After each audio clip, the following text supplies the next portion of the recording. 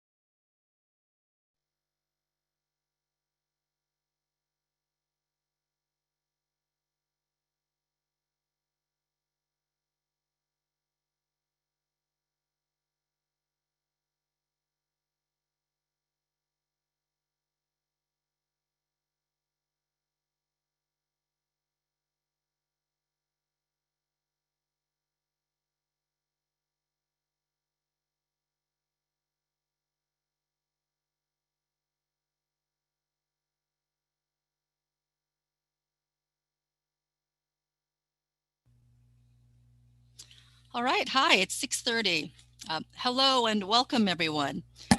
Wanted to thank you all for joining this evening for this very important discussion on arts and culture and the neighborhood planning of SoHo and NoHo. My name is Ida Sue Chen. I am the director of the Manhattan office at the Department of City Planning. Tonight's event is the third in a series of public information sessions hosted by DCP in partnership with Manhattan Borough President Gail Brewer and Council Member Margaret Chin. You might have joined our past two sessions. They covered housing and quality of life. As our focus tonight is on arts and culture, we are joined by our city partner, the Department of Cultural Affairs. And from DCLA, we are very happy that Commissioner Gonzalo Casals is here with us tonight. Tonight's event is organized in three sections. First, we'll have introductory remarks from one of our co-hosts, Borough President Gail Brewer. Then we will have a presentation from the DCP and DCLA team. The presentation will be done by Sylvia Lee of DCP and Derek Wang of DCLA. And then we will have a question and answer session. Our MC is Nabila Malik, and during this time, we will respond to questions posed directly by you. Again, we thank you so much for joining us tonight, especially on this gorgeous, gorgeous evening. Your participation and input are essential to developing this neighborhood plan. So without further ado, why don't I turn to Gail?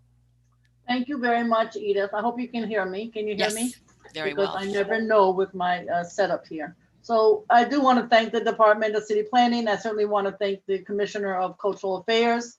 And I know this is the third. I've been on all of them, and I can't stay tonight because I have another one. But I know that the history of this neighborhood, SoHo, NoHo, it is rooted in arts and culture. We all know the galleries, the studios, the workshop. They're unique. They're the real assets to SoHo, NoHo. So now we want to know, how can the city of New York support this creative history, industry, and artist residents? And also we want to, personally, I'll speak for myself, I want to figure out how we can protect the joint living work residences. That's a hard one. I know that in all of the previous workshops pre-pandemic that we had, this is a big issue. People who are not artists are living in them, people who are living as artists living in them. And I think there's around 1,500 of such apartments in SoHo, NoHo. And you know, if Gail Brewer was pulling from the heavens and decided everything, I would say make sure that artists stay in them forever. There are people who live in them, however, who are not artists and who want to sell to non-artists and want to make money. And then the rest of us who really want to keep them as is. It's a hard challenge. And then of course you have this, my cousin lives in one of them, I'll be honest, and he pays unbelievably high property taxes. So I'm aware of the challenges. And I'm also aware that as there is new housing coming to SoHo, NoHo, again, if I had my brothers, I would say the majority of it has to be affordable for artists. It would be nice to be able to make that happen. I know that that's not exactly what we're talking about tonight, but I'm just saying that would be my druthers. The other issue, which I think is possible, is if this procedure goes on, this plan, then there will be funding for artist studios, artists performing, places that may not exist now that need to exist in the future. So that's another thing to think about and maybe more doable. Housing, affordable, is always the most challenging. But it's a great topic to be discussing. This is the last such meeting in terms of the draft scope of work. I know we talked about housing, we talked about quality of life, but more importantly, I want to thank all the hundreds and hundreds of people who have participated. It's been a very stimulating, creative, in my opinion, one of the best discussions of all of the gazillion rezoning potentials that I've been part of. So I really want to thank, whether we agree or disagree, I just so appreciate the input of every single person on this call. Thank you very much, Edith. I do have to go to another Zoom discussion soon, but I thank you for letting me be part of it. Absolutely. Thank you so much for being here and joining us, and for highlighting important challenges, priorities, and for highlighting that arts and culture is a huge part of the DNA, a legacy of SoHo NoHo, and that's something that we all respect and admire. Next, we'll turn to Hallie Chu of your office, I believe, to give a brief translation. Thank you, Gail.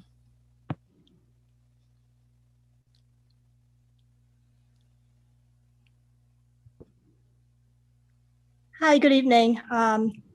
This is Hallie Chu. I'm the Deputy Director of Policy at the Manhattan Borough President's Office.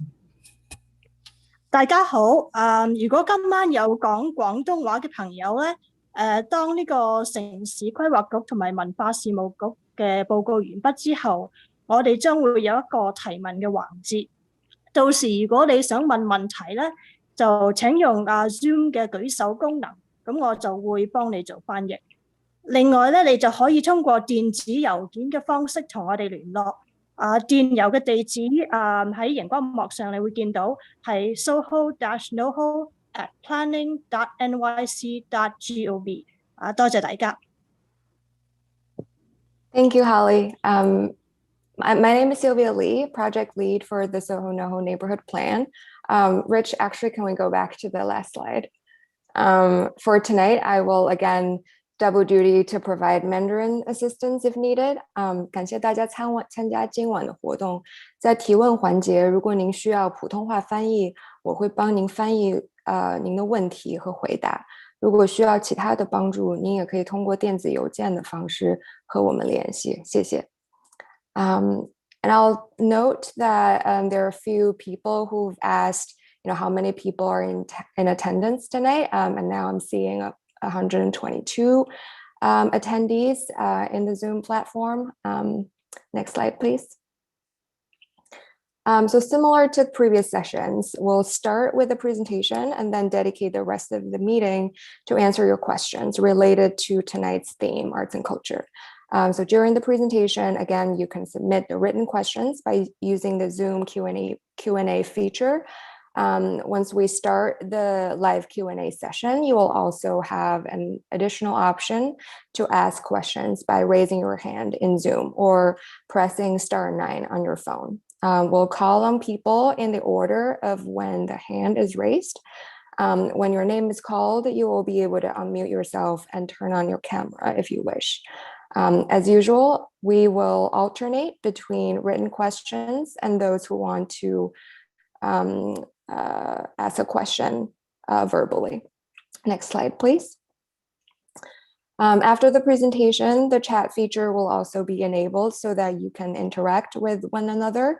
The technical hotline info can be found at the bottom of every slide in case you need assistance. Next slide, please. So here's what our presentation will cover tonight.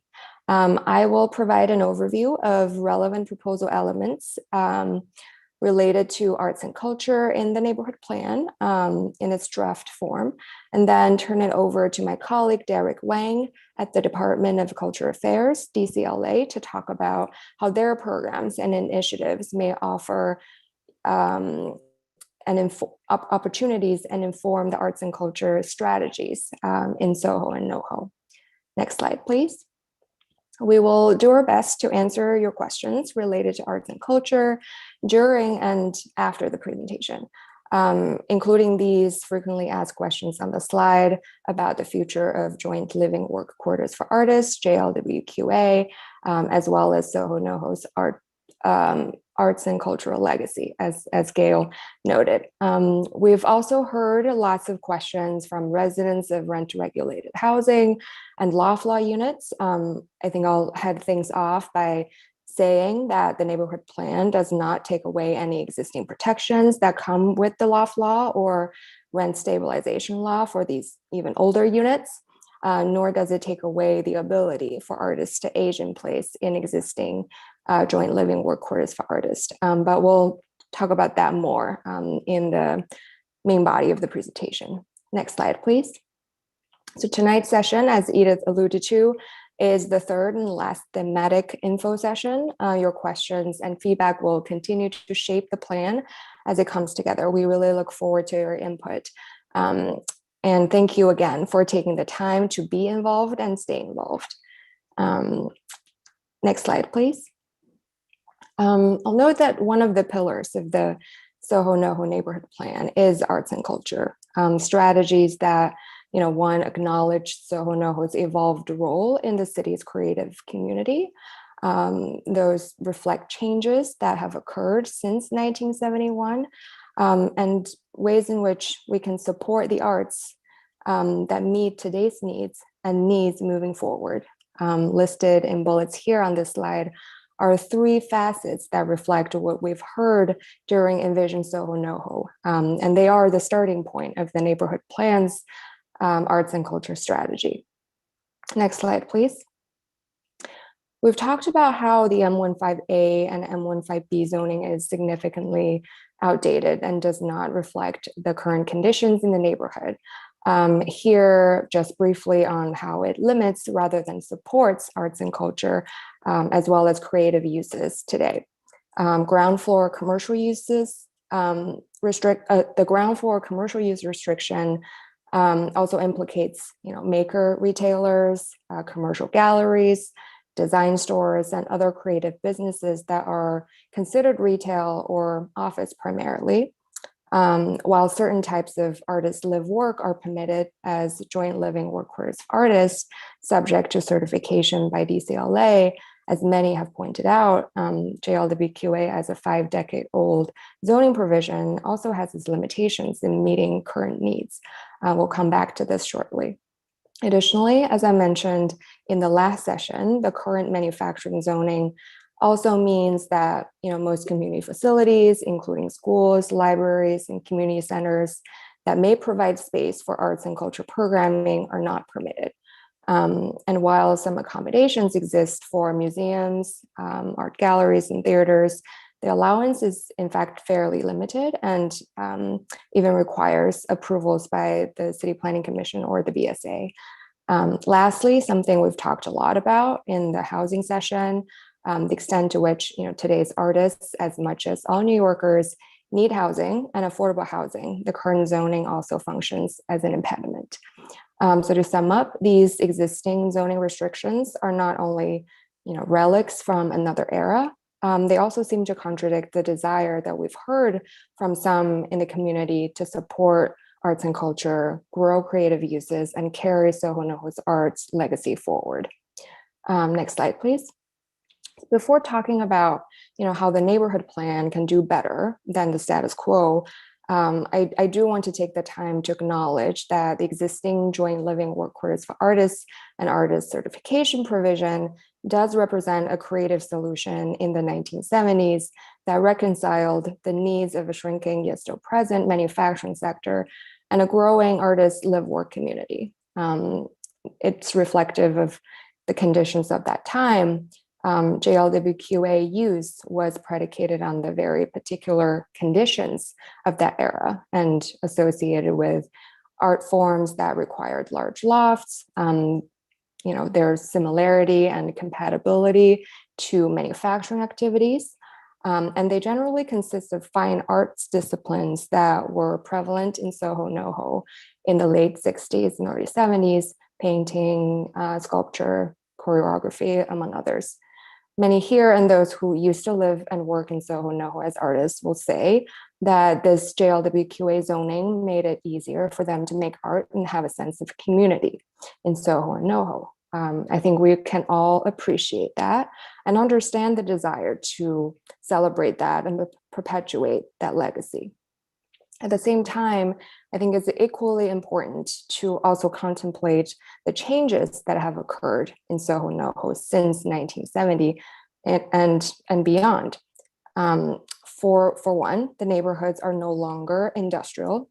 Loft living has gained popularity and legality under certain circumstances beyond those who qualify as certified artists. Note here that by the early 80s, only a third of the SoHo NoHo households had certified artists. And this pie chart of existing unit landscape shows only about a third of all homes in SoHo NoHo today are JLWQAs that carry the certified artist requirement. And based on what we've heard from those who live in the neighborhoods, many of these units are JLWQAs on paper and are no longer really occupied by certified artists. And I think Gail also noted that as well in her opening remarks. I think zooming out a bit, artist communities have emerged in other parts of the city, and the landscape of creative forms have changed and expanded. Next slide, please. Just to look at SoHo NoHo, the contours and the needs of the arts and creative community may have also evolved beyond the 5-decade-old zoning.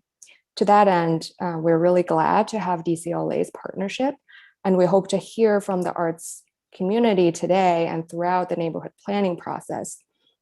Without spending too much time on something that folks from the SoHo NoHo community are intimately familiar with, the slide showcases the variety of arts related and creative uses that can be found in the neighborhoods today. And we're here to continue the dialogue, pick up where we left off in Envision SoHo NoHo, about how to best support and empower artists, organizations, and creative businesses that are, as well as those who aren't currently represented in SoHo and NoHo. Next slide, please. And a part of that support is to remove barriers to operate a creative business or a cultural institution, barriers to housing and affordable housing. Next slide, please. So how will SoHo NoHo neighborhood plan support arts and culture? Within zoning, there are 2 sets of strategies I'll talk through tonight. One set is listed on this slide, which focuses on leveling the playing field and removing barriers. The mixed-use zoning will allow a wider range of uses as a right, and that includes arts and culture establishments such as museums, galleries, and other types of uses, maker retailers, design showrooms and stores, and other types of creative businesses, as well as community facilities that may take on programming. And these will all be permitted on an as-of-right basis. And this is in addition to uses that are already permitted today, such as art studios and workshops. For organizations and businesses that are already in SoHo NoHo, the proposal reduces the likely friction when they want to grow and change. For others, new organizations, new businesses, and those who don't or haven't been able to access SoHo NoHo, this will make it a little easier. Certified artists may continue to use their JLWQAs the same way they do under existing zoning, no change here. As noted earlier, the proposal also does not take away any lawful law protection and rent regulation that are currently in place. Separately, residential use will be allowed and accommodate modern live work modes. And this is something we covered before. Here, I'll just note that this includes artistic endeavors that were not contemplated in 1971, but also recognizes types of work that are not art related. This is typical in the city's mixed use districts, and certainly something that we can all appreciate all the more, especially now. One last thing I'll note here is that by allowing residential use broadly as such, and implementing affordable housing requirement, those who need housing, including artists, will stand to benefit and enjoy what SoHo NoHo has to offer. Next slide, please. In addition to use allowances and affordable housing requirement, the neighborhood plan will also provide an option for those who need it and want it to convert their existing JLWQA to residential use. This could be done through a contribution towards an arts fund that may be used to provide additional support for the arts within and around SoHo NoHo. During and since the Envision SoHo NoHo engagement effort, we've heard from those in the community. Some of them are artists, some of them are not. The desire to transition JLWQA to regular residential use, and that lifting the certified artist requirement would make it easier to sell and gift units, and also help some in the neighborhood to legalize. This conversion mechanism would provide such an option on a voluntary basis. The specifics of the Arts Fund as a concept are still very much under development. We are here to work with DCLA as well as hear your input. What I can note now is that by pairing a contribution to the arts with the conversion, the removal of the artist occupancy requirement is in a way translated into resources for the arts, which in turn will deliver benefits to both the local artist community as well as the broader public. Next slide, please. So to wrap up my portion of the presentation, I'll just acknowledge that zoning is not the end-all be-all when it comes to supporting arts and culture, or any sector for that matter. We recognize that and hope that by collaborating with DCLA, arts and cultural organizations, and the community and the electeds, we can arrive at a right set of strategies that address needs in a manner that is inclusive and equitable, more inclusive and more equitable than the status quo. So with that, I will turn it over to Derek Wang at DCLA. Thank you, Sylvia. Hello, everyone. My name is Derek Wang, Special Projects Manager at the New York City Department of Cultural Affairs. And I am here today to first give you an introduction to the work that we do at DCLA, and then talk more about my agency's role in the SoHo NoHo rezoning process. Next slide. So DCLA's mission is dedicated to supporting and strengthening the cultural life of the city. Among our primary missions is to ensure the adequate public funding for nonprofit cultural organizations, both large and small, throughout the 5 boroughs. And we do that mainly through providing expense or program funding through a competitive annual grant process, as well as a capital funding program in collaboration with our partners in the City Council and borough president offices. Now, while we mainly fund nonprofit cultural organizations, we also support individual artists and unincorporated art collectives through our Borough Arts Council partners via re-grants. In the case of Manhattan, we rely on the help of Lower Manhattan Cultural Council, or LMCC, to distribute these artist grants. I just want to also note that we operate a huge materials reuse warehouse in Long Island City. We run a long-standing citywide public arts program and many other special initiatives, all of which I will not go into the detail tonight, but we encourage you to visit our website at nyc.gov/culture to learn more. Next slide. Back in 2017, DCLA embarked on a year-long engagement process with more than 400,000 New Yorkers to develop the city's first ever cultural plan called Pre-NYC. Of the many recommendations we heard from folks like you, a few of them stand out and are especially relevant as to why we're here today. And these are making sure arts and culture are an important component in the city's neighborhood planning processes. And in the case today, for a historically important creative arts hub like SoHo NoHo, continuing to provide funding to a diverse array of individual artists and cultural nonprofits that are crucial to a healthy cultural ecosystem. And lastly, through supporting artists and cultural organizations, we can ultimately help preserve the neighborhood characteristics, neighborhood and community characteristics. So for all of these reasons and more, we're working with our city agency partners to make sure voices like yours are heard and included in this process. Next slide. So how does our work look like when you zoom into SoHo NoHo? We did a little analysis, and in fiscal year 21, we allocated nearly $2 million to 25 cultural organizations located within SoHo NoHo rezoning area for program and operational purposes. And these are a very diverse group of cultural organizations, as you can see on this map here, across different disciplines, from theater to visual arts to culturally specific organizations and the literary arts.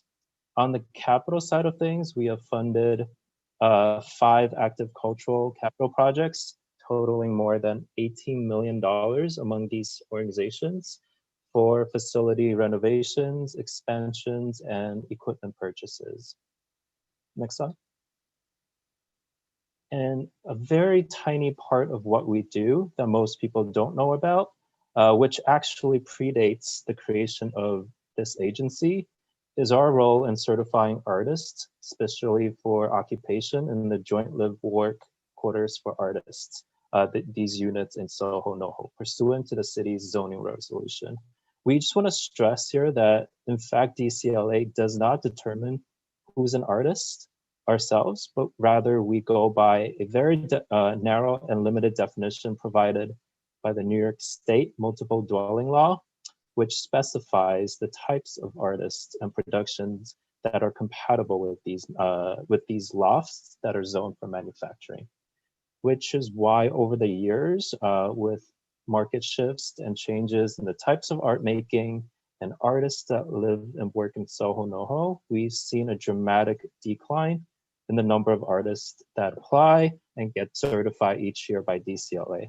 So from a couple of hundreds per year in the 70s and 80s to less than 10 in each of the past 5 years.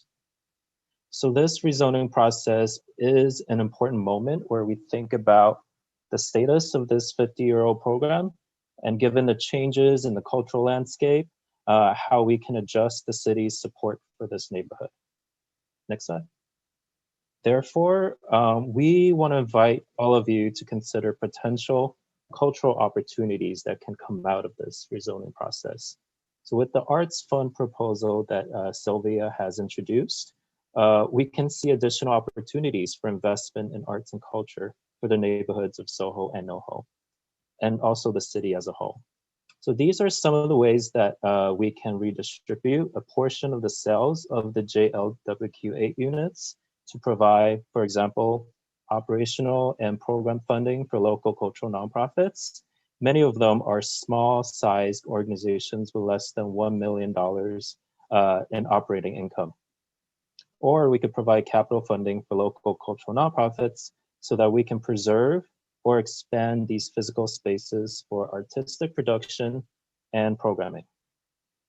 And another part of preserving the artistic output and legacy of SoHo NoHo is by directly supporting the artists that call the area home.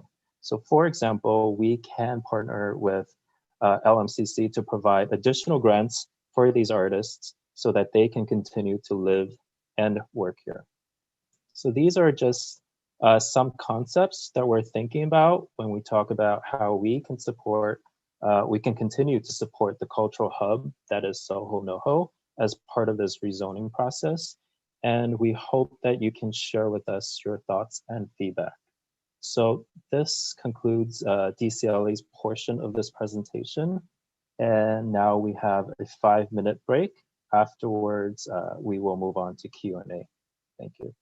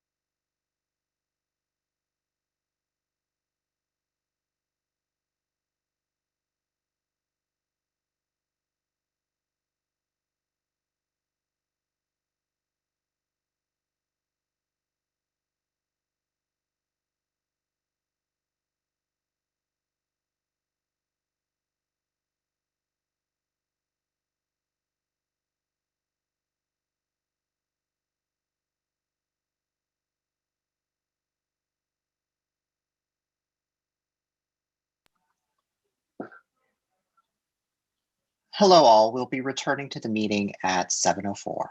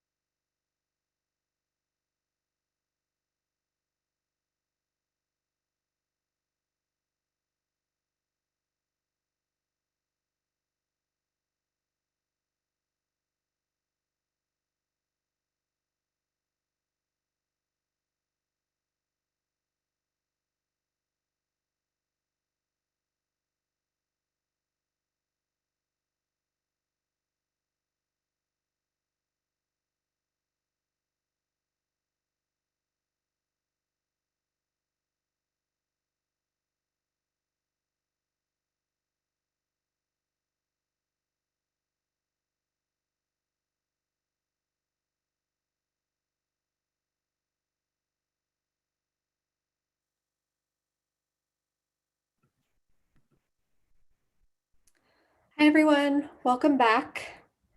We're going to go ahead and begin our Q&A session. My name is Nabila Malik. I'm a planner working on the SoHo NoHo team at City Planning. Please be aware that all participants will remain muted unless called on. We're going to turn the raise hand feature on shortly. And just so you're aware, we'll post all questions from this session on our website following the event. And you can always check our FAQ at nyc.gov/SoHo-NoHo-Plan, which we update periodically with more answers. I know that we get this question a lot, so just want to let everyone know that we currently have 125 attendees.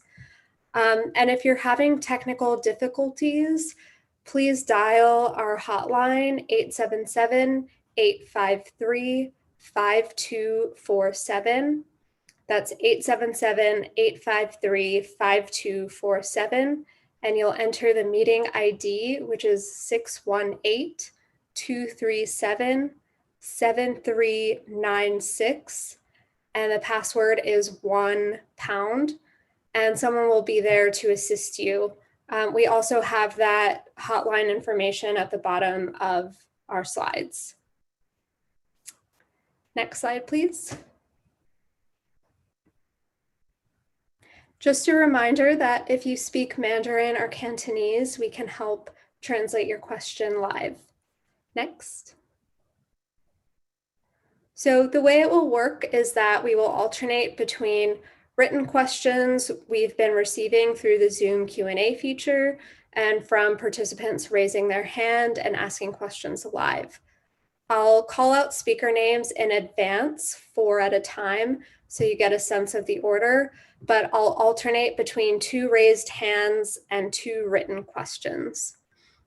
As Sylvia noted earlier, we're focusing on today's theme of arts and culture during the Q&A session. We really appreciate all of your questions and will answer as many as we can tonight, and we'll be sure to relay any others after this event. Sylvia, along with Derek and our other colleagues from DCLA, are on deck to respond. Next slide, please. So based on feedback from our previous sessions, we're working hard to mirror the benefits of in-person events during these virtual sessions. To that end, when you're called on and given the ability to unmute, you will also have the option to turn your camera on. Please be aware that to enable this option, your Zoom screen will close out and pop back up again, so don't be alarmed. It can take a few seconds. The same thing will happen once you're done asking your question. We ask that everyone respect the 2-minute time limit when speaking so that we can get to as many people as possible. And if you're dialed in, you can press *9 to raise your hand. Next slide, please. We've also enabled the chat function now so that you may interact with your neighbors and other attendees. If you do have a question though, please ask it in the Q&A box or raise your hand. The chat is for attendees only. We want to ensure that this conversation is a pleasant experience for all, so please be respectful of your neighbors and others when engaging in the chat. Next slide, please. Great, so I'll start with 2 speakers and then 2 written questions. I'll be calling on individuals in the order in which they've raised their hands. So I'll first be calling on MF are the initials, then Laura Tenenbaum, and then in the next round, Ankur Dalal and David Lawrence. So MF, we're going to allow you to unmute and turn your camera on if you would like.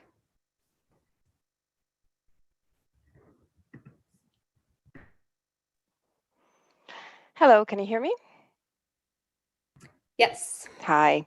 I would just like to ask a very simple question. I hear Ms. Lee speaking about SoHo Arts institutions as relics, while calling stores creative institutions, and of course, giving pride of place to that kind of engagement.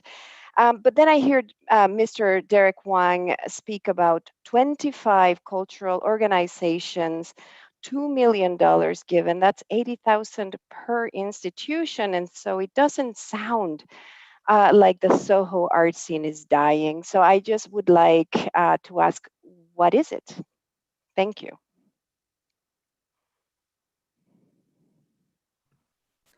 Great, thank you. Sylvia? Yeah, I'll start. Thank you for your question and comment. I'll note that, one point of clarification is that I think when I used the word relic, sorry if that offended you, but I think I was using it in the context of, the many facets of the existing zoning regulations that may be out of date and outmoded as means of support for arts and culture. And I think I've noted a number of ways that the existing zoning stand in a way of making sure that arts and culture uses, including institutions and businesses, have the room to grow. And I think, Derek, I don't know whether you want to address any additional point on the arts and culture funding piece. Not really, just to say that very much, arts and culture is alive in SoHo, NoHo. In the funding, we continue to give out money every year to the 25 or so cultural organizations in the area. And like I said before, there are active capital projects. So these organizations are continuing to expand and renovate and, continue to serve as community arts anchors.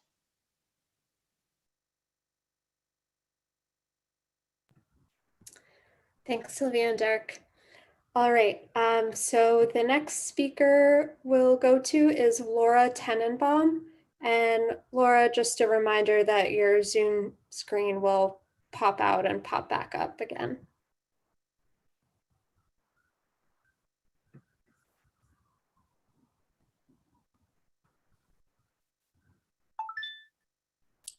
Hi, I'm letting you see me.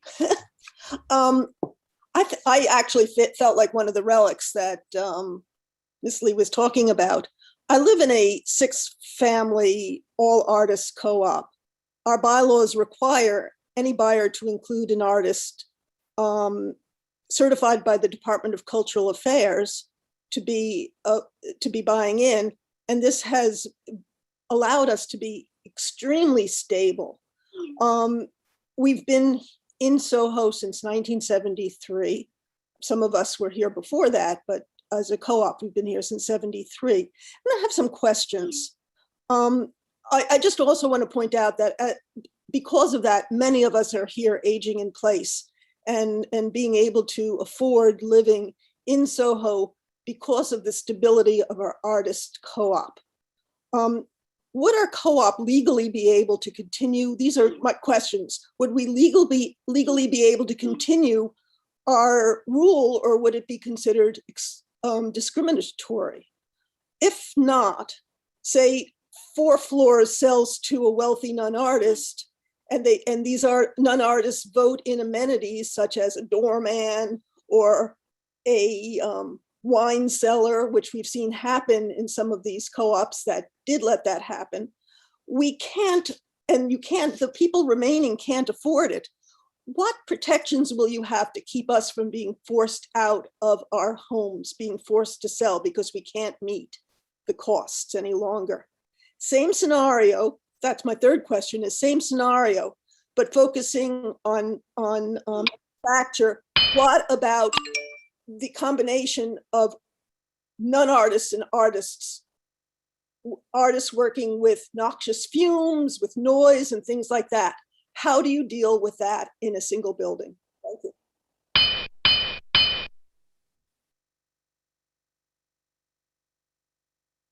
Thank you, Laura, and thanks for your question, and thanks for turning on the video.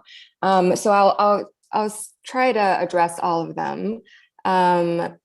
So I think, I'm not a lawyer by training, so I may not be the best person to answer your first question about the the co-op bylaws. But I think my understanding, based on various conversations we've had with within the Department of City Planning, is that while the zoning, are one of our goals in the SoHo NoHo neighborhood plan is to make sure that we have zoning regulations that are inclusive and equitable and address housing needs of all New Yorkers. We do think that that's important as a city policy. That being said, I don't think that takes away the ability for co-ops to establish their own rules. Although I will caveat that by saying, I'm not a legal expert. That's a point that I can look into and follow up with you on. And then I also want to note that we, absolutely appreciate that, JLWQA is not simply just a zoning use. It's also people's homes. And the intent of the rezoning is to not take that away, but to provide people with options when they need it and when they want it. So as I've noted in the presentation, the existing JLWQA, the extent to which the certified artists want to age in place and want to remain, they will absolutely be able to do so. And the stability, as you mentioned, is something that we can all understand. I will note that to your question about, how does zoning, kind of address artists and non-artists coexisting in the same building, I would note that, in mixed-use districts that exist in other parts of the city where we have conditions, not as extreme in SoHo NoHo, but similar conditions where different uses coexist within the same building, and mixed-use regulations do have provisions that address, these potential different uses. Within SoHo NoHo, I did mention that as part of the new regulation, home occupation provisions similar to other mixed-use districts would be in place. So for units that stay as JLWQA, artist live work is continued to be legal and can be accommodated. And then in regular residential units, in new construction and in conversion scenarios, new types of live work will be able to be accommodated, or just regular residential use. I think the intent here is to recognize that different needs and the mixed typology that already exists in SoHo NoHo. I think that's it. Thank you for your question. Thanks, Sylvia. All right, I'll move on to two questions we received through the Q&A feature. So the first one is, under the new zoning proposal, will Use Group 9 artist studios be permitted to convert to residential? Will this be as of right or by special permit with a C of O change? I'm happy to take that question. So under the new zoning with the new mixed use districts, apologize. A wider range of commercial, light manufacturing, residential use will be permitted, largely on an as-right basis. So in your kind of limited example, a change of use from use group 9, which will be a permitted use, use 2 residential use group 2, a permitted use would be allowed without a special permit. Here, I'll note, one thing is that it doesn't sound like it's your example here, but in the event of an entire building converting from a commercial use to residential use over the standard MIH threshold, mandatory inclusionary housing requirement would apply in those instances. If it's smaller than that, then it would be as of right. Great, thanks, Sylvia. And the second question is, will future SoHo NoHo residents in the artistic and creative fields be able to work in their respective fields in their work-live residences? What protections will there be under the proposed zoning to allow them to work in place, considering possible conflicts with strict residential type zoning? Yeah, I think this is a question that is sort of similar to Laura's earlier question. Again, I think there are mixed-use districts in the zoning resolution today that address mixed-use conditions, similar to SoHo NoHo. And in the new SoHo NoHo neighborhood plan, the mixed-use districts paired with the special district regulations would recognize that there are different types of uses, and there will be the coexistence between, artists live work in the form of JLDBQA, or residential units with live work arrangements, or just simply residential units along with art studios or offices and retail. And the zoning provisions will allow them to mix and then provide the necessary flexibility for that. Great, thanks, Sylvia. All right, moving on to two speakers. We'll have Ankur Dalal and then David Lawrence. And then during the next round, we'll have Ken A. and Rob Houtenbos. So Ankur will give you the ability to unmute and turn your camera on if you would like.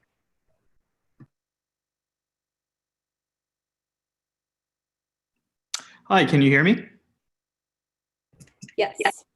Okay, thank you so much for the presentation. And first, I just want to note that I'm a strong supporter of the proposed rezoning. I love that SoHo and NoHo are centers of the arts in New York City today, but affordability is key for artists. And given the current pricing in SoHo and NoHo, it's often not possible for new artists to live and work in the neighborhood. When we had the in-person sessions almost a year and a half ago now, I spoke with a number of artists who've been in the neighborhood for decades. They were able to get in when prices were much more attainable. But today, it's hard to conceive of new artists who could afford multi-million-dollar lofts or monthly rents that could approach or exceed $10,000. I'm happy that the plan will create more affordable housing via the MIH program, which may directly house new artists. And I also appreciate that existing residents who benefit from rent stabilization will continue to benefit from this regime after the rezoning. I agree that it's important to protect the existing residents. But my question is more about the future of the arts in SoHo and NoHo. When the city is thinking about how to promote the arts in SoHo NoHo in the future, does it believe that it's fair to assume that a growing residential neighborhood supports a vibrant cultural scene as opposed to a shrinking neighborhood? And if so, how does the city hope under the rezoning to maximize the new amount of housing under the rezoning to ensure that the neighborhood can grow and can support new artists? Thank you. Great, thank you. Sylvia, do you want to start with that? Yeah, sure. Thank you for your question and also comments. In terms of how the city would support arts and culture, I think the first thing I'll reiterate, which is something that I mentioned in the presentation, is that when it comes to supporting arts and culture, zoning does play a role, but it's not the only thing that is at play here. So we're looking towards DCLA, artists, arts culture organizations, and other local partners for creative solutions and projects and opportunities to collaborate on. I think in the presentation I mentioned that one way to make sure that at least there's room for arts and culture uses and establishments to grow and change is to get out of the way and removing existing zoning impediments and give them that flexibility. In a way, it's sort of similar to supporting small businesses. Arts Fund, as we've mentioned, may be an additional resource.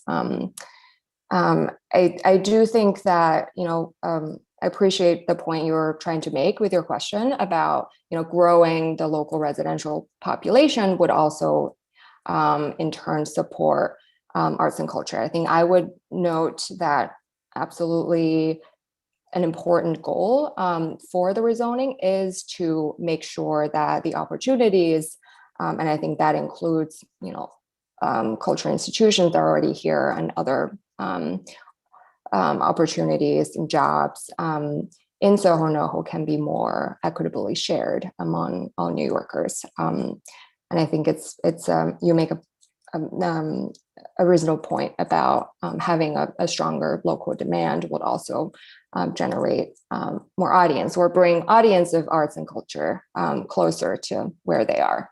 And I appreciate your point about maximizing affordable housing. I would note that, though not the focus of tonight's event, we are balancing multiple planning goals within SoHo NoHo, given the unique conditions, histories, and the presence of historic districts, and importance of making sure that historic context is appropriately responded to.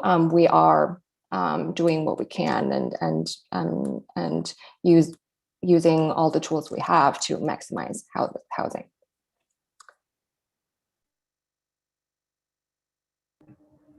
Thanks, Sylvia.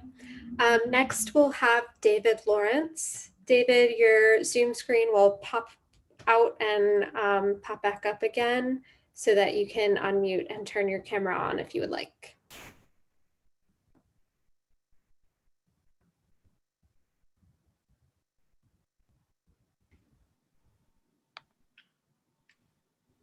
Can you see me? Can you hear me? Yes. Okay, great. Thanks for letting me speak today. When Sylvia was speaking about the re-envisioning plan, one of the things she said was that part of it is to remove barriers. Of course, the flip side of removing barriers is displacement of existing. And I see a lot of displacement occurring. I don't hear very much from the city about joint living work quarters expanding at all. In fact, what I hear is letting them atrophy. The idea that people that are living in place can stay, but we're moving on with other things that don't include artists. That's the message I'm getting. I don't hear any encouragement of that. I see a lot of talk about affordable housing, which is commendable, but as we're discovering, there's ways around that for developers, and the fact that affordable housing is touted as a reason for a developer to build a building often is not his goal. But I also don't see a similar support for joint living. Where is the requirement that developers in SoHo include new joint living workspaces for new artists or new creative individuals? And why has DCLA not been integrated into this process whereby they can start to define different types of creative endeavors that could be folded into existing buildings or new buildings? I don't see any future envisioning in that regard, and I'd like to see more, hopefully. Great, thank you, David. Thank you, David. Maybe I can get started, and perhaps my colleagues at DCLA will have some additional perspective that may be helpful here in terms of what the arts community need today. I think with regards to the joint living work quarters of artists and how the rezoning is sort of providing options to transition away from that. I think, as I mentioned, we understand JLDBQAs have both symbolic and practical meaning here in this neighborhood, especially to long-term artist residents in SoHo NoHo. It also reflects the neighborhood's unique urban transformation, rich history and culture, their homes. And we've heard from many in the community that some artists would like to remain in place, and zoning does allow that. We've also heard from others, including artists as well as those that are not, that would like to have the option to transition out of the program. So I do think that the neighborhood plan and the proposal that we've shared today does reflect that desire without taking away the ability to stay. In addition, I think you've also touched upon, and part of the SoHo NoHo neighborhood plan goals is to allow housing and require affordable housing, and that benefits all of us, and including artists that need housing. I do want to note that we are here. We have an opportunity to update SoHo NoHo zoning for the 21st century, and we also want to make sure that we are honoring and supporting the artist and creative legacy by focusing on programs less on narrow benefits for a set number of individuals who may, for example, decide to move, and focus more on groups and organizations that are both tied to the neighborhood, but also have a broader reach and provide a more public benefit, so that resources could be more equitably distributed and reach a wider range of people within SoHo NoHo as well as across the city. I do want to address, and I think this is a question that we've heard a lot, as to why can't we, expand and improve the artist certification program instead of saying that it's outlived its usefulness and let's move on. I do want to address that directly. One, I think on the basic zoning context and rationale, as I mentioned in the presentation, and Derek also alluded to this, the artist certification program was established in conjunction with the zoning in 1971 to allow certain artists live workspace to be considered as a manufacturing use. This approach of keeping SoHo NoHo's manufacturing zoning in place and only allow live work quarters associated with certain types of artists and certain types of fine arts, as opposed to permitting housing more broadly, was, at the time, an important move to preserve and support the manufacturing sector in SoHo. And looking at the neighborhoods today, the premise and the need for this zoning scheme is no longer relevant and unnecessarily restrictive. And taking a step back, if we see JLWQA through a housing lens, a fair housing lens, even with an expanded definition of artists, it could not be, it's not really well aligned with our city's equity and fair housing goals. But thank you for your question.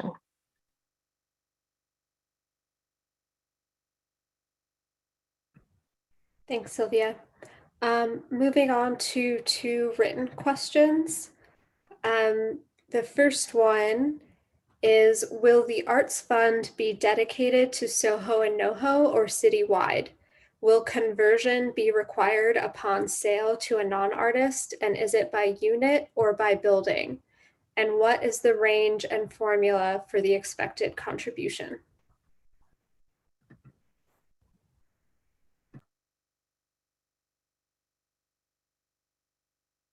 Sorry, let me get started and I'll turn it over to Derek or Gonzalo. So in terms of will the conversion be required upon sale to a non-artist, or is it by unit or by building?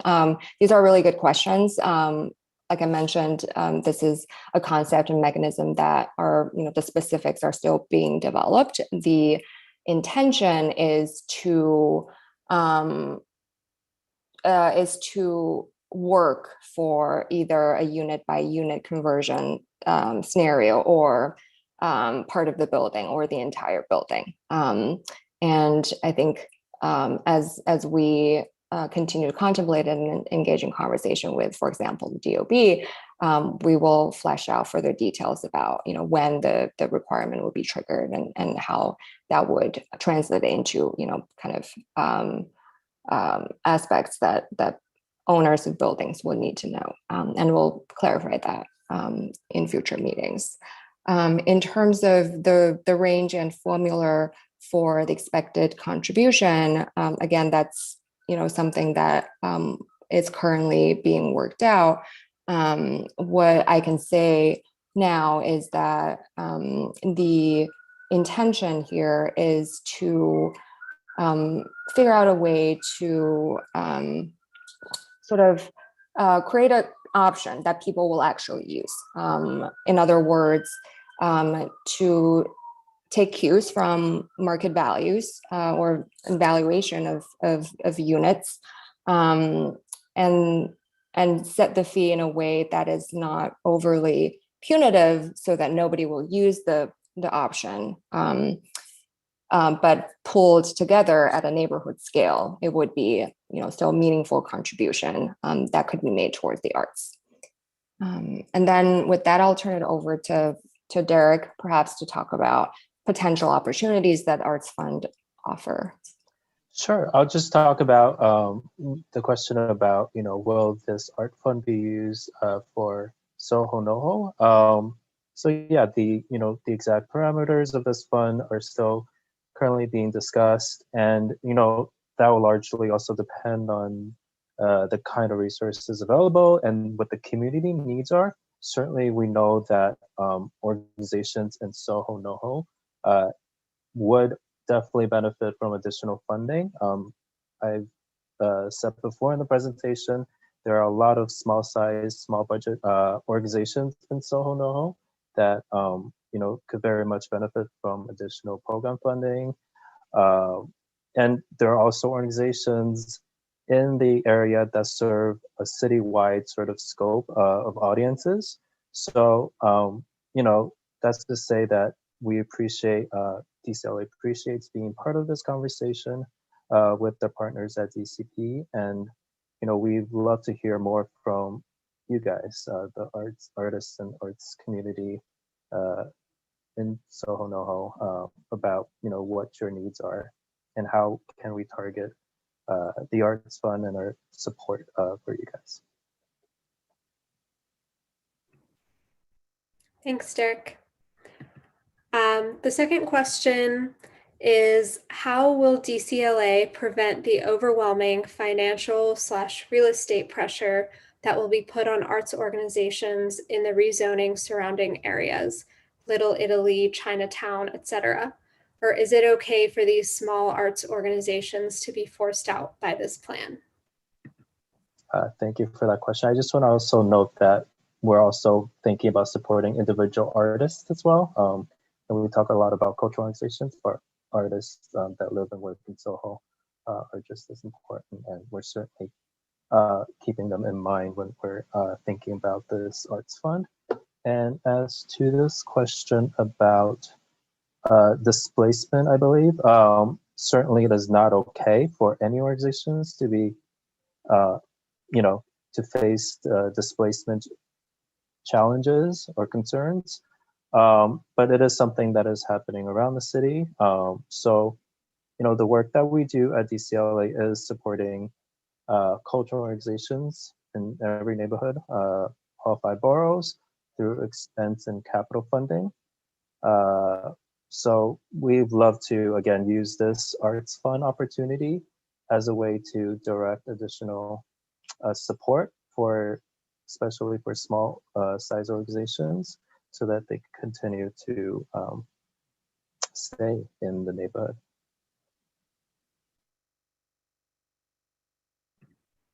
Great, thanks, Derek.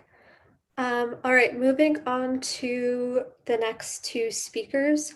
We'll have Ken A., then Rob Houghtonboss, then Constance Patton, and then Zella Jones. So we'll start with Ken A. Your Zoom screen will close out and pop back up, so you can unmute and turn your camera on if you would like.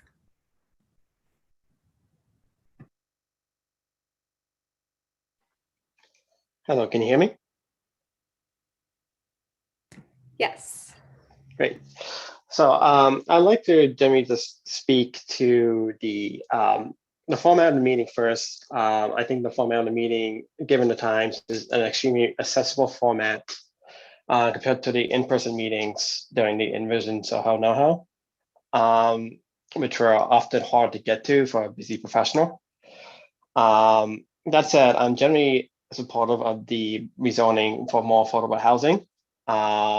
My main question is relating to the optionality of the zoning as it relates to developers being able to have the option of either commercial space or residential space. And given that we're talking about JLWQA, has there been any update about reducing the incentive for commercial office space and increasing the incentive for residential space, including JLWQA? Because creating more space inherently, one, creates affordability. It creates creating more space creates less displacement, and it's more inclusive. So that's the end of my that's it to my question, and I'll use the rest of my time to speed things along. Great, thank you. Sylvia?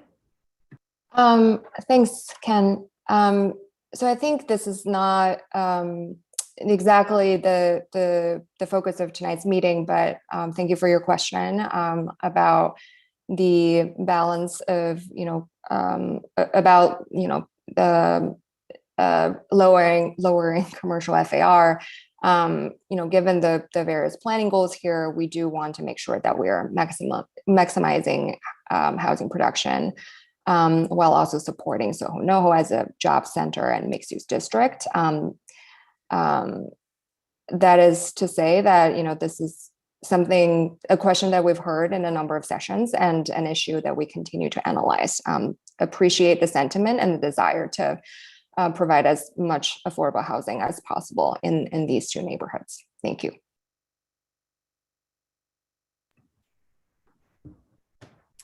Thanks, Sylvia. Just a reminder, if you're dialing in, you can press *9 to raise your hand if you have a question. And I'd also just want to make sure that if you do have questions, please use the Q&A feature rather than the chat. The chat is for the public to interact with one another. The Q&A we're monitoring live so that we can collect all of your questions. All right, the next speaker will be Rob Houtenbos.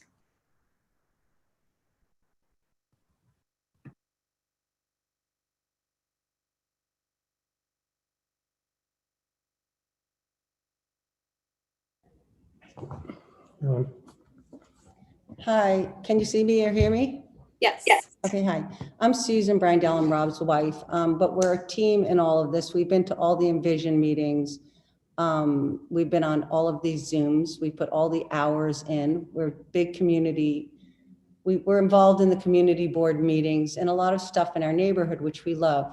I just felt the need to speak also to the fact that I feel sometimes like the artists are kind of pitted against the people who maybe are not actually artists, but in creative fields.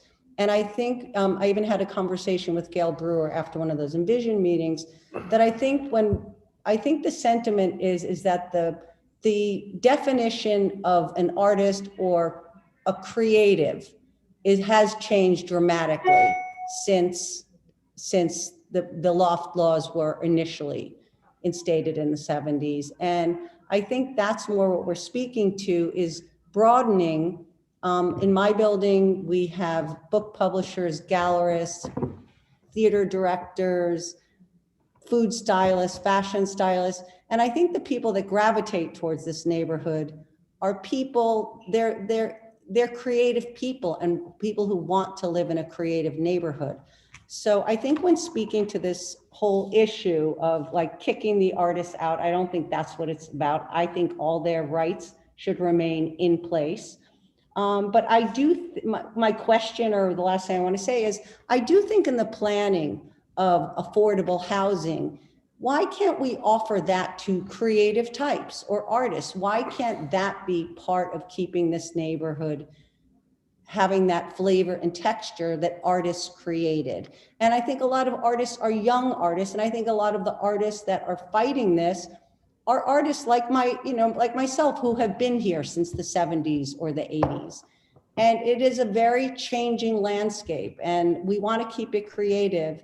But I think the forethought should be in, as Mr. Lawrence said, offering live work spaces in the new construction as well. Thank you. Thank you. Sylvia, do you want to start?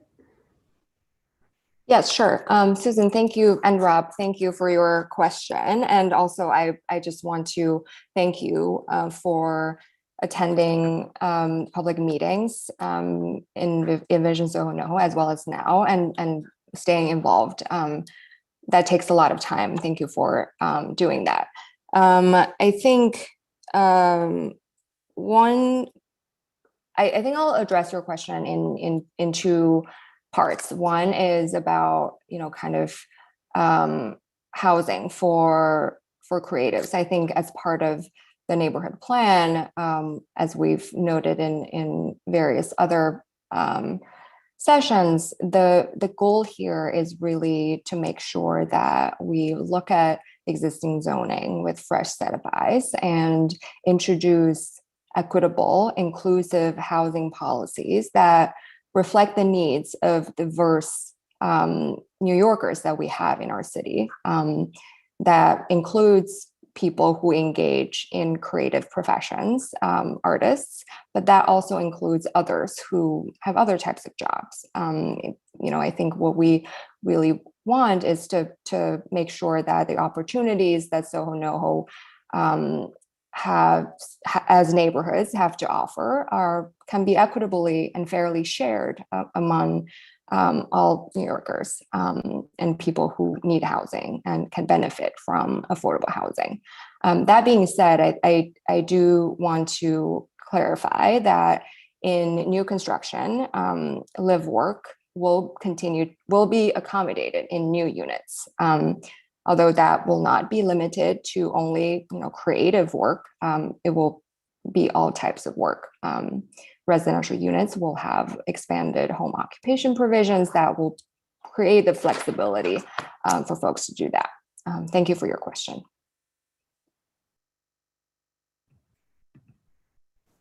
Thanks, Sylvia. So moving on to two written questions. The first one is, the last slide included the following language: provide an option to convert JLWQA to residential use paired with benefits to arts and culture. Existing JLWQAs may remain as is. They may be converted to residential use through a contribution into a SoHo NoHo Arts Fund. The question is, can you please clarify what you mean by the word may? Thank you for your question. Those two mays indicate two potential options on voluntary basis. So for people who are existing occupants of JLWQAs that, certified artists that wish to remain as is, that is an option. And for those who want to, lift the artist occupancy requirement by transitioning into regular residential use. For some, it may, benefit from retirement planning or simply, having more flexibility on the market. And for others, it may be because they need to legalize for whatever reason. That is an option. And that's what the slide kind of tries to spell out. Thank you. Thanks, Sylvia. Second question, do you envision the JLWQA pass-through to be a one-time or permanent surcharge? Thank you for your question. I think that question is with regards to the JLWQA to residential conversion paired with the Arts Fund contribution. If I understand you correctly, the intent of the mechanism is to for an existing JLWQA to be converted to residential use, and hopefully the end result is getting a certificate of occupancy noting residential use. So that's a one-time use change, and therefore the Arts Fund contribution would be required that one time when conversion happens. Thanks for your question. Thank you. All right, moving on to two speakers. We'll start with Constance Patton and then Zella Jones, and then Pete Davies and Victoria Hillstom will be in the next round. So Constance, you'll be able to unmute and turn your camera on if you would like.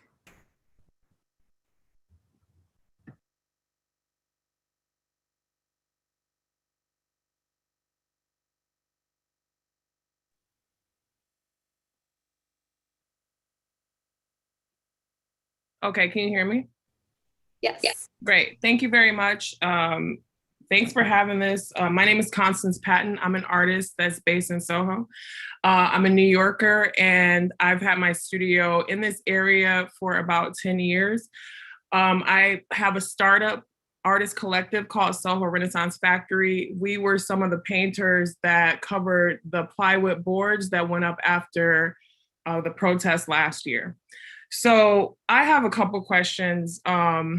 In the last 9 months, we've been able to partner with a SoHo Broadway Initiative, the NoMo SoHo, and JVP in order to bring new artists into SoHo to create excitement and keep building on the legacy of this neighborhood. And I have a plan that I want to share, and I don't know who to talk to now. So this is really great. I know that there's a lot of importance for this neighborhood. I also know that the arts, wherever the arts go, business follows, and we have a lot of spaces right now that need to be filled. So I've come up with a plan that has a potential to support what's existing now and to continue to build out the arts in New York City. This is the center of the universe. We're here. And it's very important that we rebuild. We have the opportunity to do it in a new way while honoring the artists that have been here and want to stay here. So I want to know how you plan to bring in the new artists and who exactly can I talk to. We are not a nonprofit, but we are partnered with nonprofits, so we have capability if that's necessary. We're a group of 5 artists. We're based now in the NoMo SoHo Hotel, where we built out a residency with them that's been very successful. I have the numbers and everything. And so who do I need to talk to? Thank you very much. Hi, I'll jump in. Hi, Constance. It's really nice to meet you, and thank you for sharing, what your collective did. So you can actually, the best way really is to just reach out to us. Let me, maybe I could direct message you the email address so we could continue this conversation offline.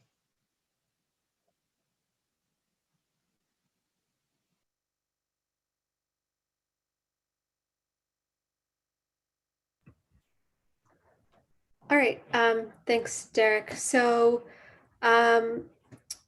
next we'll move on to Zella Jones. And Zella, just a reminder, your Zoom screen will close out and pop back up so you can turn your camera on if you would like and unmute.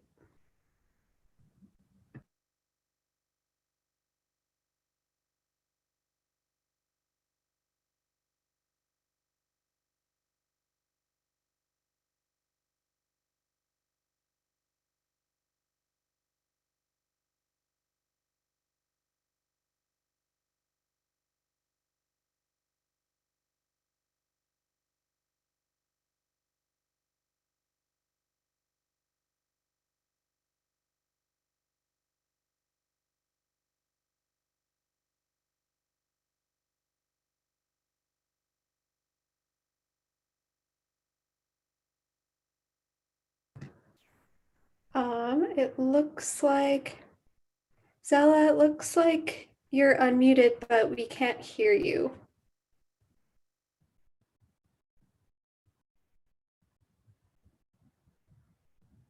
Okay, maybe we'll try again with Zella. Let me move on to the next speaker and we'll get back to you. So the next speaker is Pete Davies.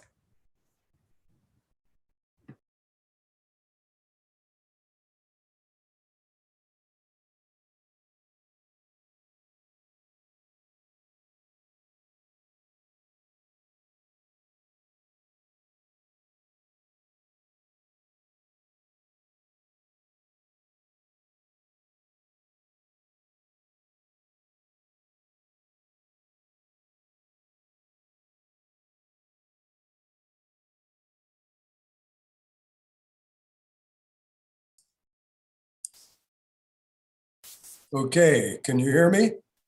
Yes. Okay, I'm trying to get my video on. I don't know if that will come on. There we go. So, thank you.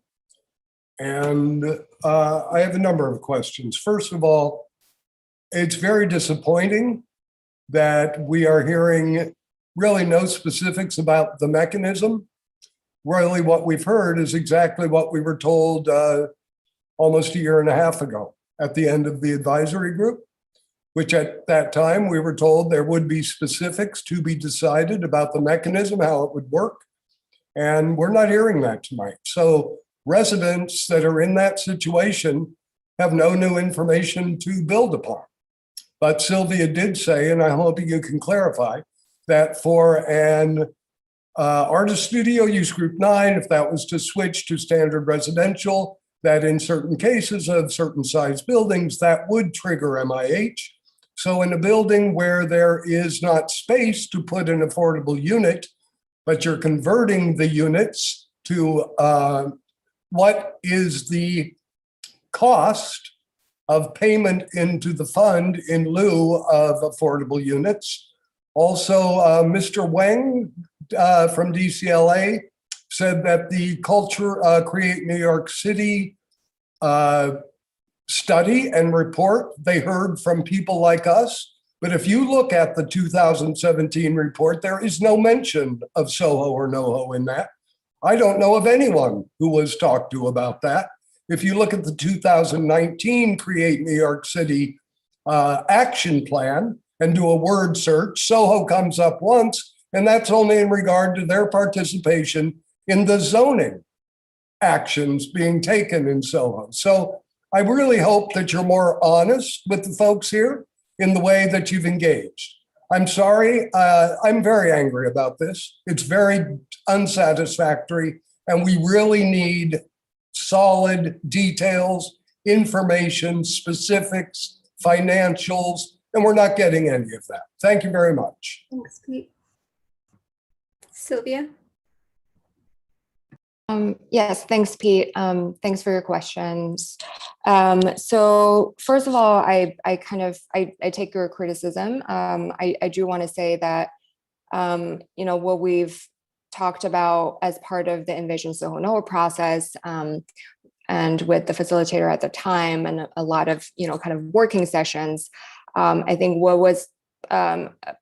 lot more was discussed and floated out as ideas, a lot more than what we've shared publicly with in the broader community. And I think the information that we share today, it does go beyond what we've previously said and reflects a progression of our thinking on this. And we've engaged in conversation with DCLA and are still working out details about, the exact contribution rate and exact ways in which arts fund will be used for. But I would say that I hope that you and others in the community can take this kind of work in progress as not as a disappointment, but as an invitation to provide your input. I think we're here to hear your thoughts on, specifics if you have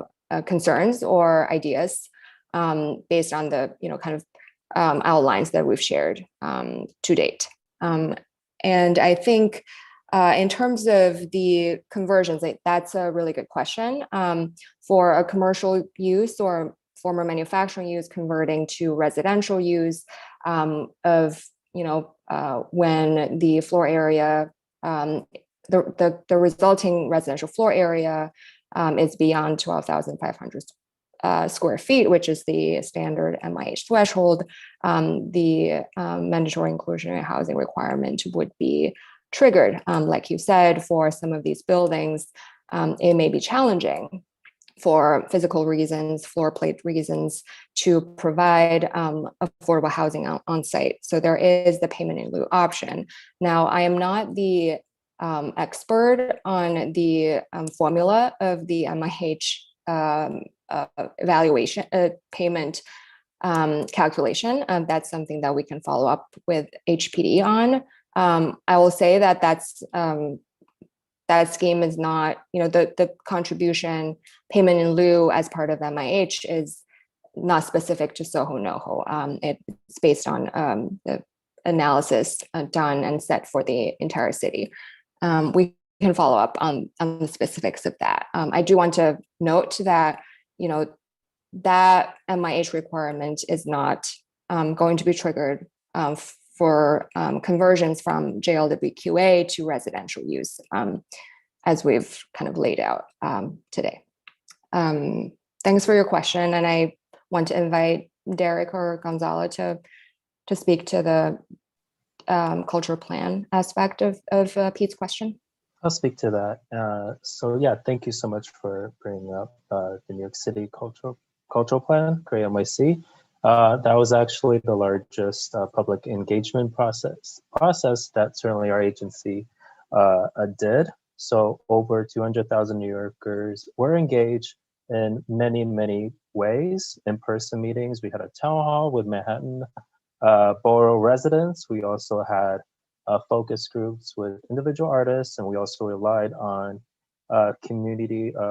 cultural organizations anchored in various communities to do engagements. So, it's a citywide plan. It's not a, specific neighborhood plan. So the folks that we engage with, they come from all different neighborhoods and places from the city.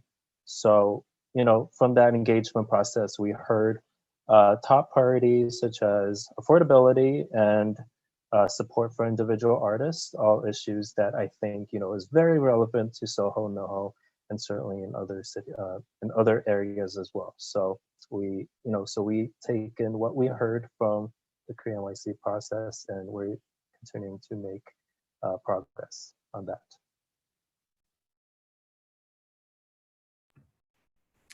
Thanks, Derek. Moving on to two written questions. The first one is, very few artists now apply for certification. Are you looking at those artists that received certification 40, 30, 20 years ago and are still here in SoHo, NoHo? Have you done a careful accounting of the number of artists currently in this area? DCLA, do you want to start? I'll just speak to the fact that, the role that DCLA plays in the artist certification process is truly just about certifying artists. We do that with a panel. So after that, whether or not they're certified, we, as an agency, we don't track their whereabouts, whether or not they, got a JWLQA unit or not. That is not something that we have. But we do know that we certify over 6,000 artists over the life of the program.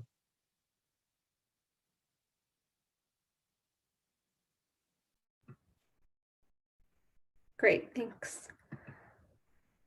Okay, second question is, what is the city proposing in order to protect current JLWQA rent stabilized tenants from landlord harassment, as increased potential property values will likely encourage landlords to pressure rent stabilized JLWQA tenants to leave?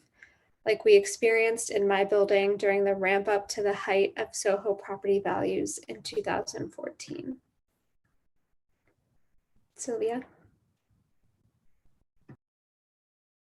Thanks for your question. And understand, lots of long-term residents living in rent-regulated units. Some of them have rent regulation by way of the loft law, are concerned about displacement. And I acknowledge that that's a critical issue, and it's present in SoHo NoHo as well as other neighborhoods. I can reiterate that the changing of zoning does not take away the existing protections and rent regulations that are currently in place. And we hope that, recent state legislation and strengthening of rent regulations do a bit more to,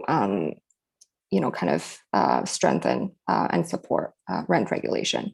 I think zoning has a very limited role in the anti-harassment efforts. I think HPD during the housing session did mention that the city does a wide range of things to provide tenant support and in support of anti-harassment efforts, and that's something that we will consider as part of the neighborhood plan. And thank you for your question.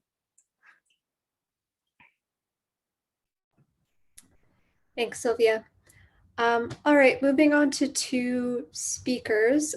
First, we'll have Victoria Hillstom and then Carter Booth. And then the next round, we'll have William Thomas and FS Judd. So Victoria, your Zoom screen will close out and pop back up so that you can unmute and turn your camera on if you would like.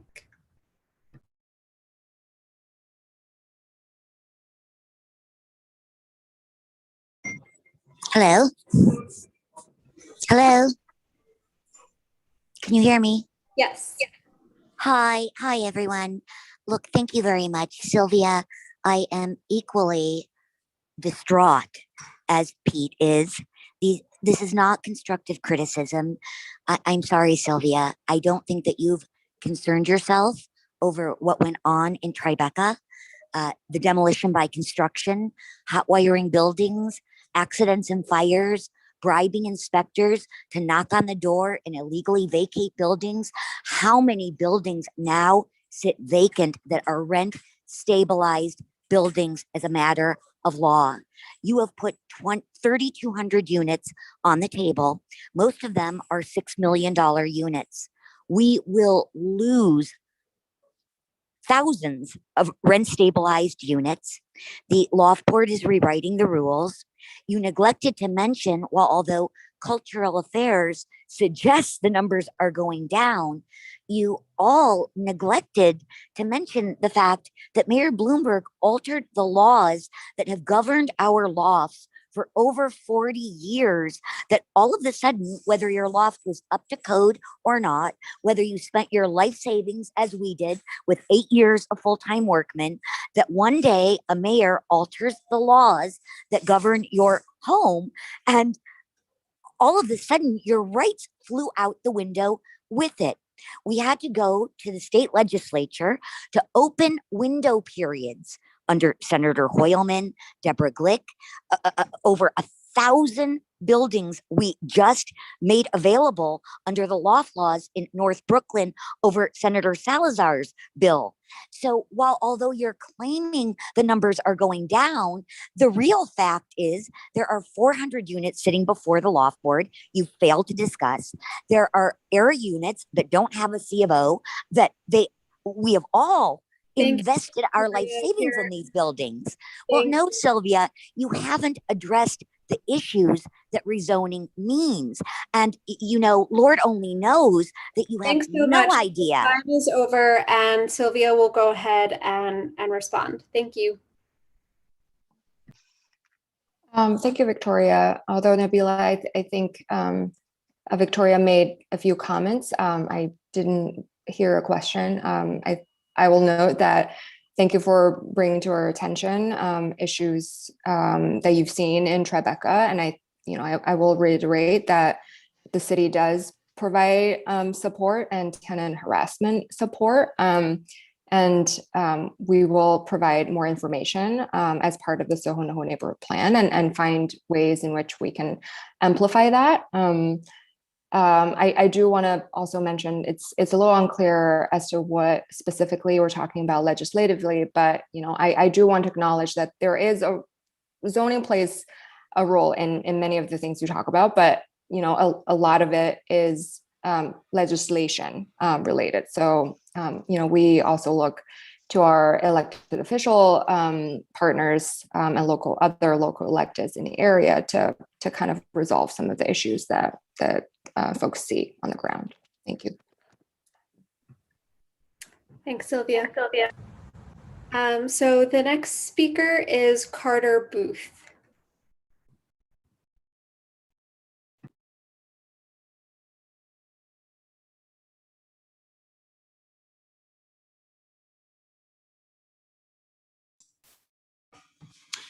Hi, everybody. I wanted to jump in and sort of follow up on some of the stuff that Pete Davies had said, who, along with me, was a member of the advisory group that you had put together. We participated in a significant number of meetings and discussed many of these facts.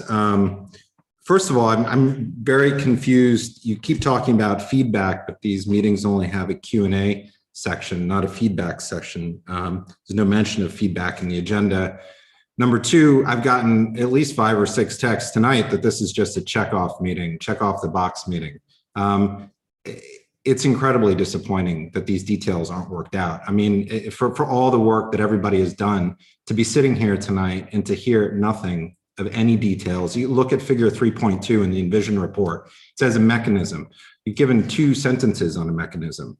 The Arts Fund, you're creating huge value by removing restrictions on units, and yet you're talking about you're afraid to capture that value because you're afraid people won't use it, and yet this money from what you're implying is going into a general fund. It's not going to the boundaries of this area. As Pete had said, there's no mention of SoHo in any of the reports that DCLA has undertaken in the past year. I mean, frankly, it's I'm not sure what we worked on at that time period in the few meetings. There's nothing here. I think that this process is incredibly important, but how do you expect anybody to trust the process when you have no details? It's widely known that most rezonings generally result in very different results than what they seek to encourage through what you describe as blunt tools. And everybody here is scratching their heads. How can we give you any feedback if you've got no details? It's been an incredible, I mean, how many years have you guys had to work on the mechanism? You promised us at the first meeting that we had in this series that we would have answers, and there's no answers. So thank you, Carter. All right, Sylvia and Derek, do you both want to address this? Derek, I think you can speak to types of things the fund could support.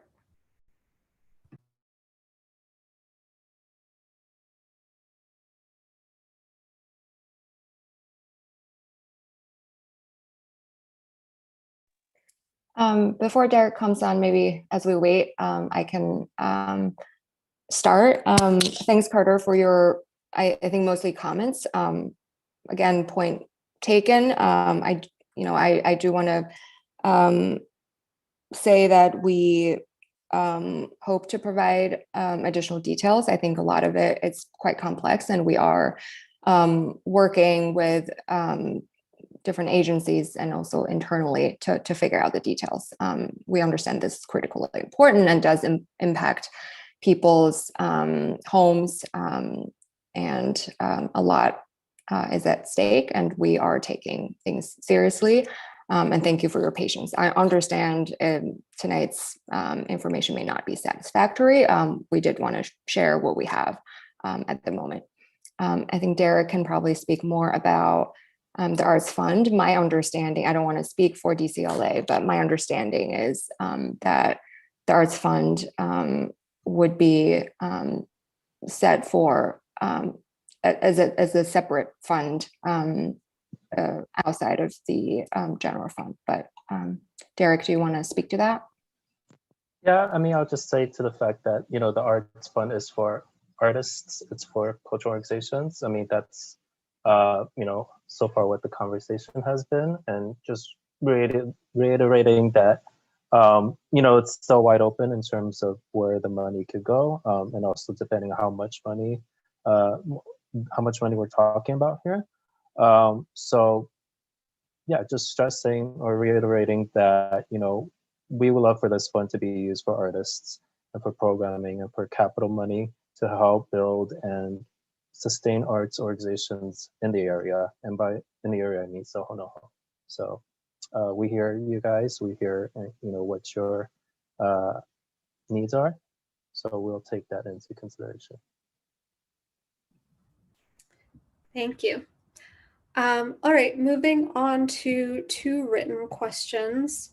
The first one is, are you including incentives for the creation of new art-related uses? What would make these more or even equally attractive as general retail? Sylvia?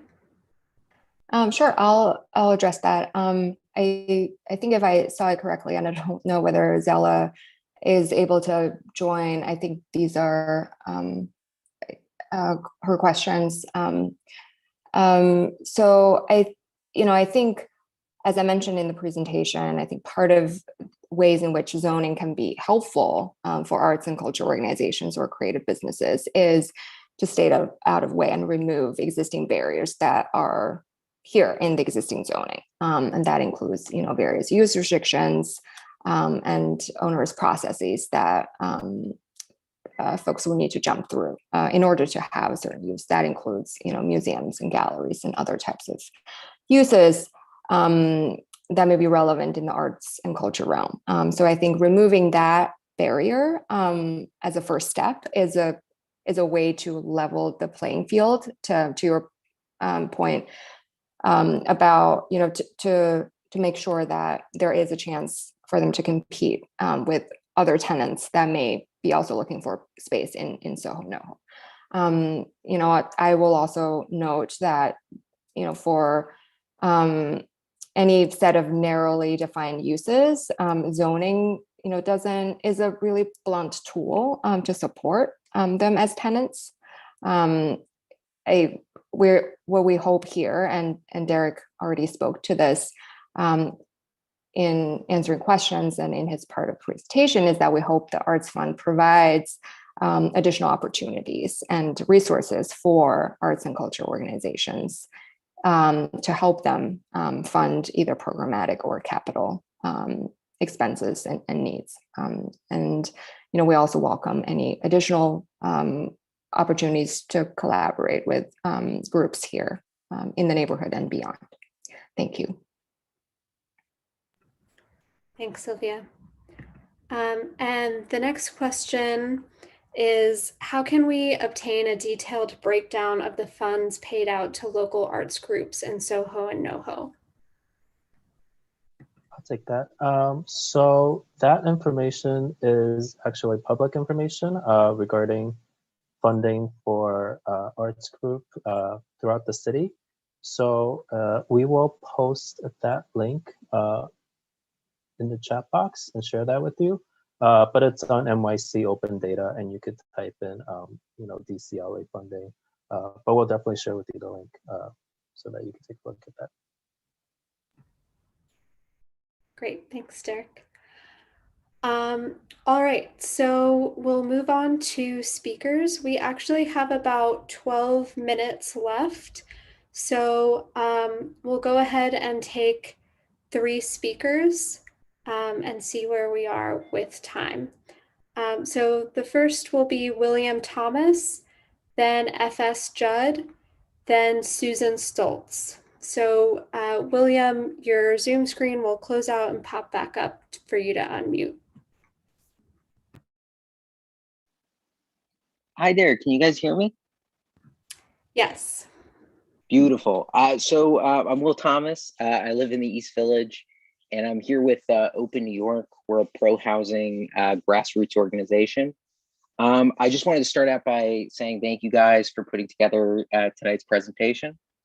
And I just want to go off some of our previous speakers in my testimony. I'm in total agreement that the housing element of the plan strikes me as one of the most important ways in which it stands to enrich cultural life in the neighborhood. I'm still really struck by the first presentation you guys all hosted, in which you showed that SoHo was shown to have actively shrunk in the last decade. And I can't help but feel like ignoring the cultural benefits of adding more neighbors is kind of missing the forest for the trees. But I guess I want to ask, like, is it fair to suggest in that sense that residential and retail aspects of the plan would better support cultural life and a reinvigorated art scene as opposed to office space in SoHo?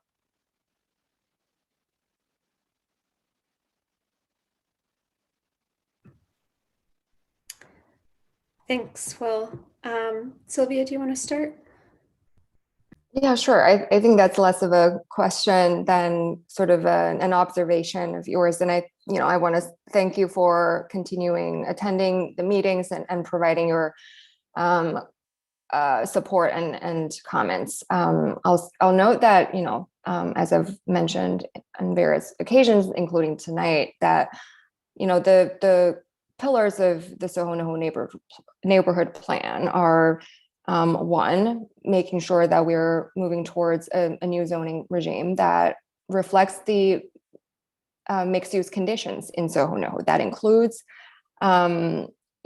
creative uses, that includes arts and culture uses, that includes retail, office. And we see that in mixed use districts and in a lot of urban areas, the interaction among the different uses really do, they benefit one another, and it really brings vibrancy to our urban environment. And I think that brings life to SoHo. I think some of the earlier attendees did also raise a point about how people come to SoHo NoHo because of the arts.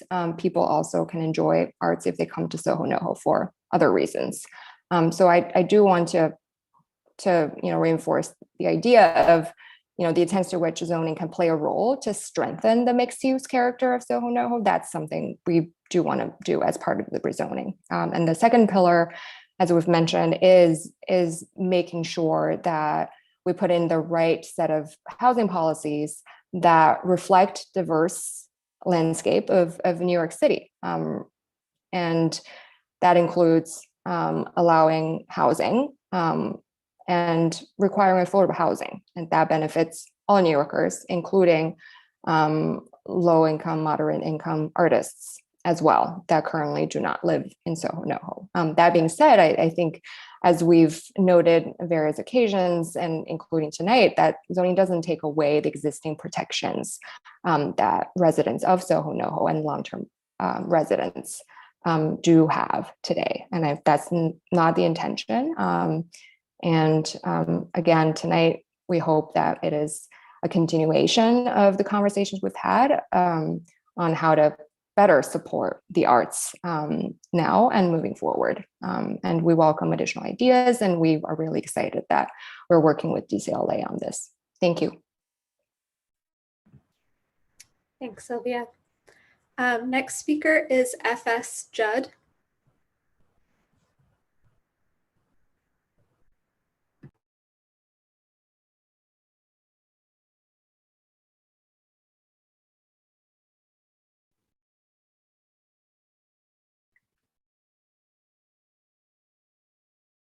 Hello. Hi. Hi, my name is Flavin Judd. I'm with Judd Foundation, which was one of your pinpricks on the map of cultural institutions you had on a prior slide. And I just want to say that I don't see how this plan is going to benefit artists or art organizations. I've been in the neighborhood since I was 6 months old. And it started because it was low income housing. And it was started by residents who scrabbled to put together a neighborhood that the city wanted to tear down to put through a superhighway. And the superhighway is not a highway now, it is just a mall. That's what the city seems to want. And that's what the rezoning seems to benefit the developers and not residents, not low-income housing, which, you know, as we've seen in Brooklyn, London, Los Angeles, the MIH schemes where developers are responsible for low-income housing, it's a joke. So SoHo was a very vibrant neighborhood and got rolled over by developers, retail, and lawyers moving into lofts. So what in your plan, what limits are you going to have on those very things that have pushed artists and cultural institutions out of the neighborhood? Because the cause of the sky high rents is big commercial retail. Thank you.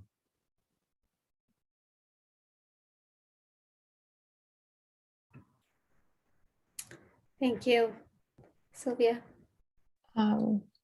Thank you for your comments and question. I think I'll note that, you know, to your first point about, you know, how SoHo NoHo used to be affordable.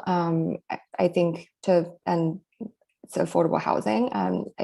I will note that to look at, you know, simply the outcome, it is true that in the 60s and 70s, JLWQA regulations, as well as kind of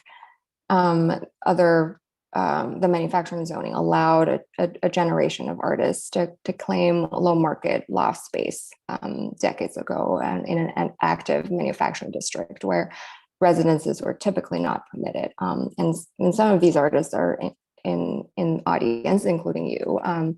But I just want to note that JLWQA as a zoning use category does not have an affordability requirement. And I think to your point about how, you know, SoHo NoHo has changed, I'll say that the existing zoning that is in place has not, done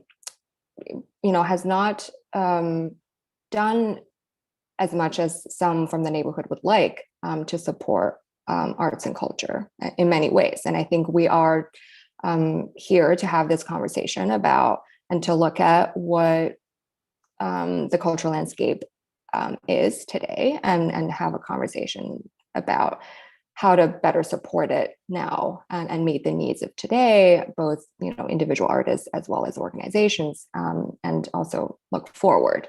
I think with regards to costs, that I think zoning in a way can only do so much. Understand the real estate value and the cost of renting space and staying in a neighborhood is challenging in SoHo NoHo and many other areas. I'll say that we hope that the Arts Fund is a new, provides some new opportunities here to provide additional support.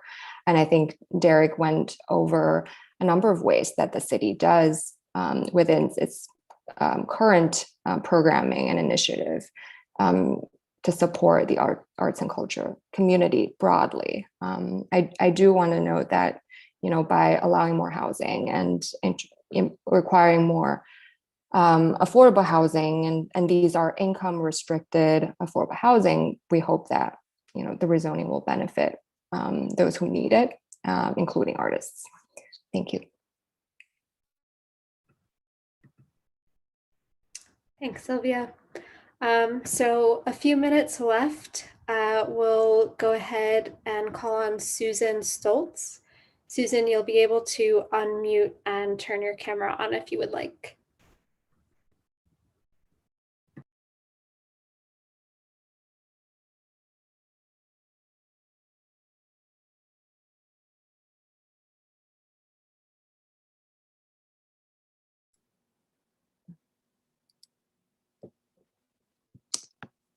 Okay.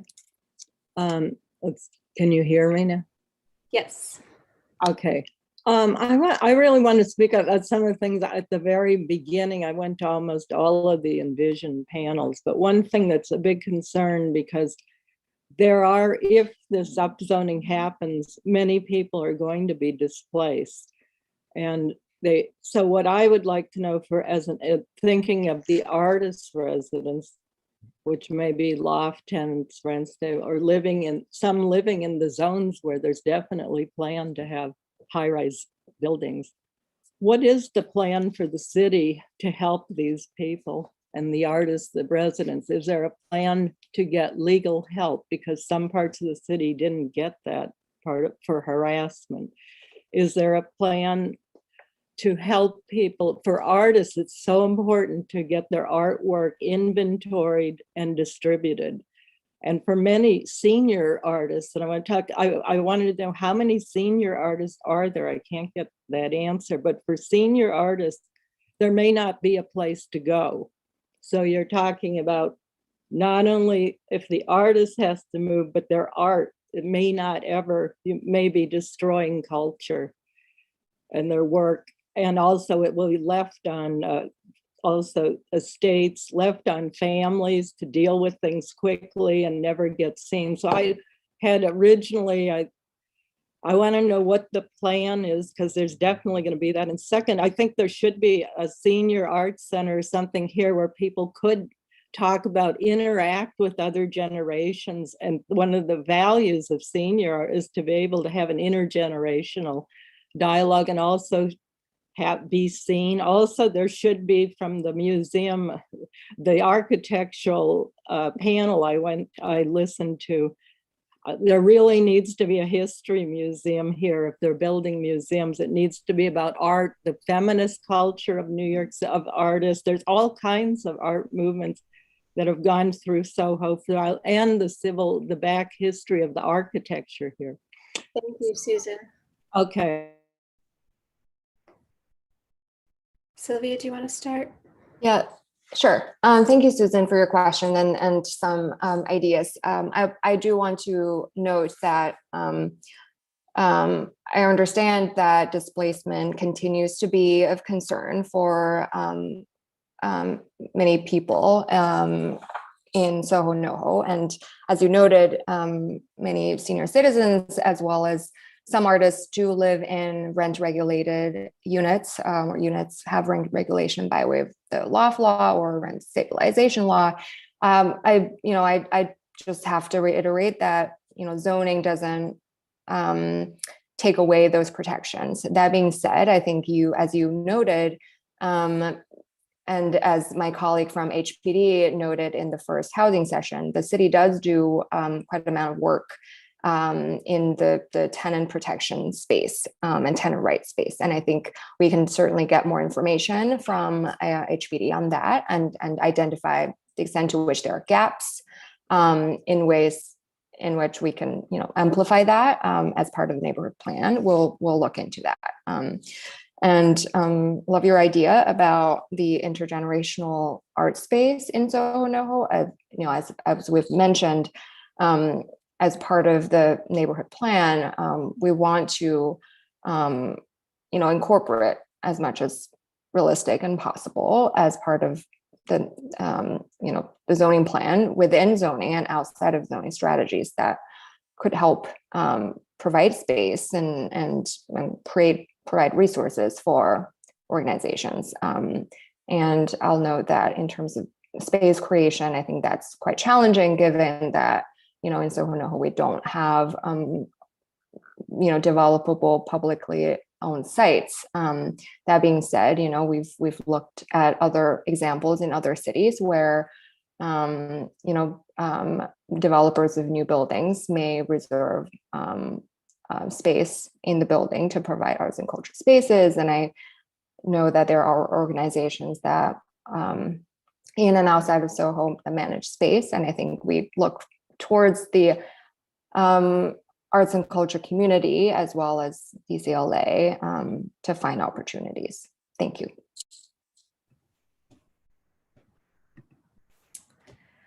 Thank you, Sylvia. With that, we're going to go ahead and wrap up. Thank you all so much for attending. We really appreciate you taking the time out of your evening to participate. Again, this session and questions asked will be posted on the website at nyc.gov/SoHo NoHo plan in the next few days. And if you have any further questions, feel free to email us at soho-noho@planning.nyc.gov. Thanks so much. Have a good night.